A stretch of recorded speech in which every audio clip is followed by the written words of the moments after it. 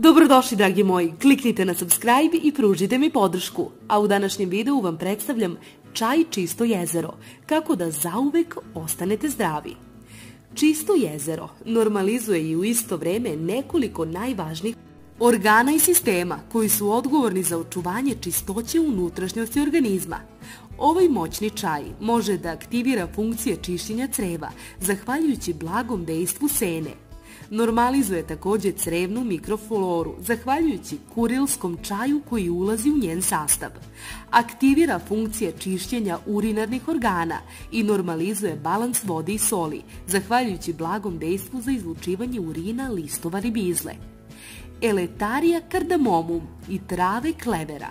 Aktivira također i funkcije čišćenja jetre, zahvaljujući blagom dejstvu na izlučivanje žuči kurilskog čaja, naravno i čička, koji stimuliše neutrališuće fermente jetre pod uticajima aktivnih komponenti koprive.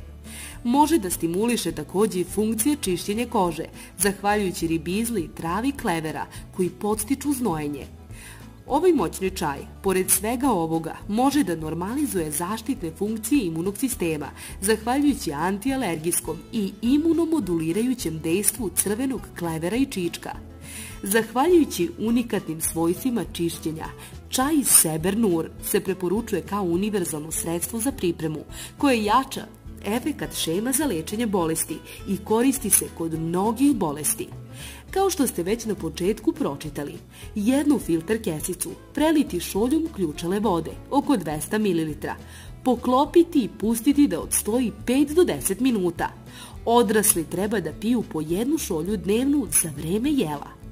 U ovom moćnom čaju se nalaze ekstrakt sene, listovi crne ribizle, plodovi kardamona, kurilski čaj, crveni klever, koren čička, cvetovi kamilice i listovi koprive. Za naručivanje ovog čaja mogu vam naravno ostaviti link u komentaru. Pišite ukoliko vas čaj interesuje. Veliki pozdrav!